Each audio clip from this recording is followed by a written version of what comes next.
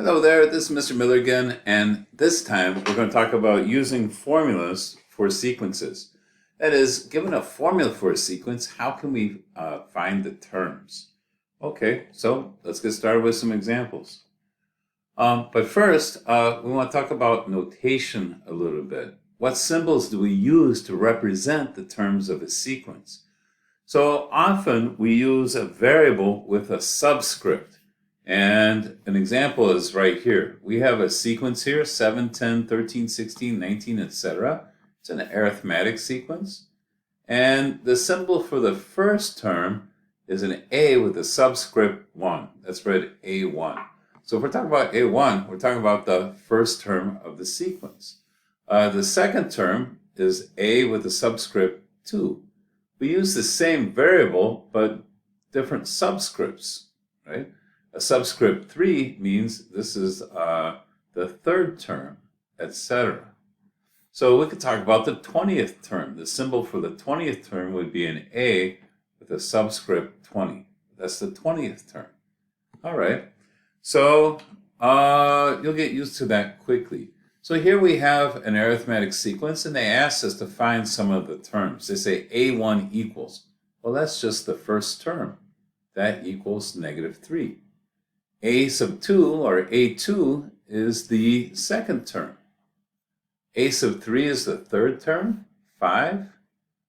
And A sub 4, well, that's talking about this guy. That's talking about the fourth term, that's 9.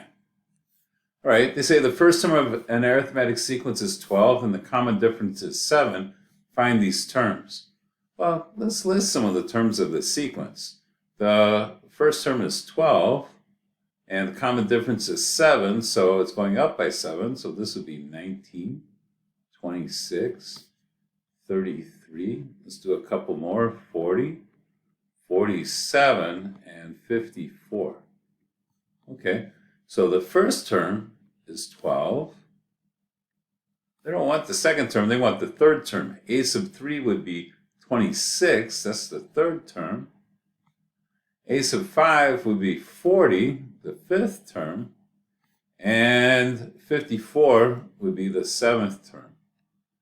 So we use the variable A often for sequences, but it can be any variable. We can name it anything. All right, here we go. So we want to talk about what's called an explicit formula. That's a vocabulary word you want to know. An explicit formula does this. When you put in the number of the term you want, like the 10th term, the formula tells us what that term is. So here's an example of an explicit formula.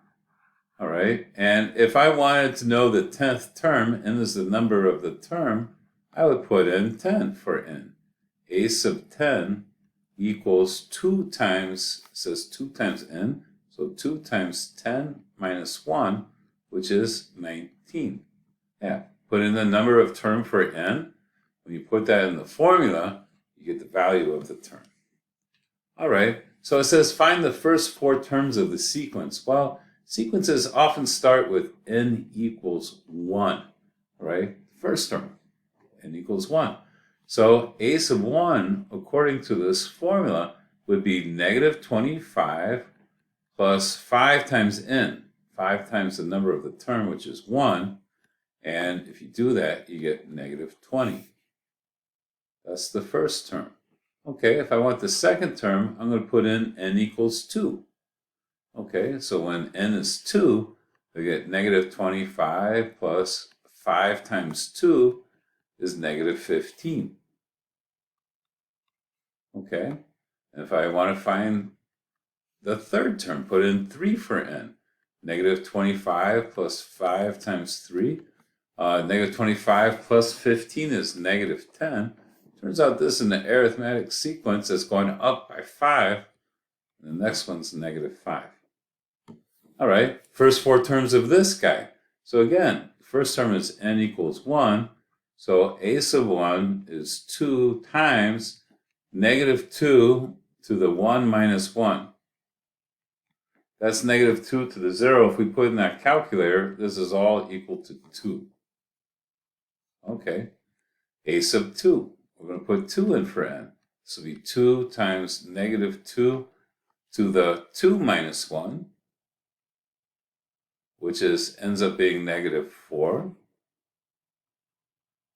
All right, the third term would be 2 times negative 2 to the n minus 1. That would be 3 minus 1, which is equal to 8. Turns out this is a geometric sequence, and we're multiplying by negative 2. So the next one is negative 16. Okay. One last one. All right, so first four terms, the first term is 1. So a1 would be, well, it says n squared, so that'd be 1 squared minus 2 is negative 1. A sub 2, the second term would be 2 squared minus 2, which is 2. A3 would be 3 squared minus 2, which is 7.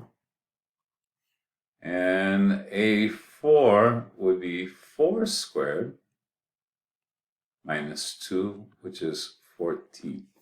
Turns out this one is neither arithmetic or geometric. This is something else. But given the formula, we're able to find whatever terms we want. All right, that was explicit formulas. Given the n, tells you what the term is. This is now the second type of formula, and it's called recursive formula. In these formulas, we're told where the sequence starts, and then we're told how to go from one term to the next. So this is kind of strange looking. This tells me the nth term is made by taking the term before it. That's what an minus 1 means, the term before it, and adding 4. Okay, so if like n were 4, say, this would say a4 equals a to the 4 minus 1, 3 plus 4. So you get the fourth term, you take the third term and add 4. It tells us how to go from one term to the next. This is actually the sequence. The first term is 8, and then the second term is 4 more than the first term. The third term is 4 more than the second term, etc. This formula is kind of weird at first, but it's actually going to be the easiest, I think you'll see in the long run, once you get used to it. So here's an example. It says, find the first 5 terms of the sequence described below. Each term is 6 more than the term before it. That's one fact. The second fact is that the first term is 9. Okay, so the first term is 9. Each term is 6 more than the one before it. So this would be 15, 21, 27, and 33. Now, we'll practice writing rules in a little bit, but let me show you what the rule for this would be. We would say A1 equals 9. We've got to say where it starts. And then, how do we find a term given the one before it? Well, each time it's going up by 6. So we want the nth term, we take the one before it and add 6. So once you get what this means, that one term equals the one before it plus 6, then it's kind of intuitive. Right, here's another example like that. So each term is 4 less than the term before it, and the first term is 35.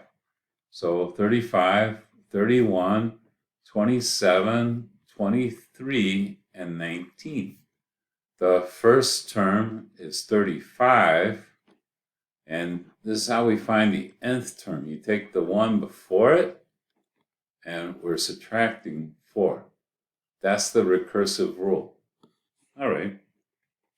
So in this example, they give us the rule, and we want to figure out the first 4 terms of the sequence. So we got to start with the first term. They tell us the first term is negative 9.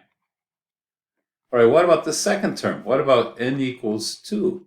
When I put 2 in here, it says a sub 2 equals a sub 2 minus 1 plus 5. It means the second term is the first term plus 5. Oh, we're just adding 5. This is negative 4. If I want to get the next term, I add 5 again. If I want to get the next term, I add 5 again. Here we go. On this one, the first term is 3. It says add 100. To get the nth term, you take the one before it and you add 100. So 103, 203, and 303. Okay. To get a term, take the 1 before it and add 100. It's going up by 100. All right, we got one last example here. This time the first term is 3, and we're multiplying by -6. Okay, so if I multiply by -6, I get -18. All right, I need a calculator. -18 times 6 is -108. And -108 times 6 is -648. Well, this was geometric. We're multiplying each time by something. Okay, so it's understanding the rule, starting at 3, and to get a term, we take the 1 before it, we multiply by -6. That's what that's saying. All right, good luck with these.